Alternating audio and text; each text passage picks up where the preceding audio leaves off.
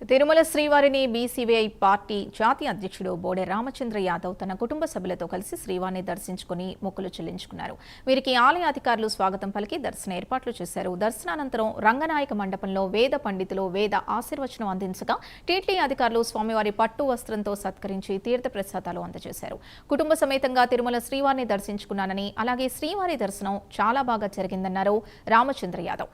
రాష్ట్రంలోని ప్రజలు, రైతులు వర్షాలు పడి బాగా ఉండాలని, మహిళలు సౌభాగ్యంతో వర్ధిల్లాలని స్వామివారిని కోరుకున్నట్లు తెలిపారు. శ్రావణ మాసం సందర్భంగా కలియుగ దైవమైన వెంకటేశ్వర స్వామి దర్శనానికి ఈరోజు కుటుంబ సభ్యులతో కలిసి విచ్చేయడం జరిగింది. ఆ స్వామివారిని దర్శనం చేసుకోవడము చాలా ఆనందంగా ఉంది.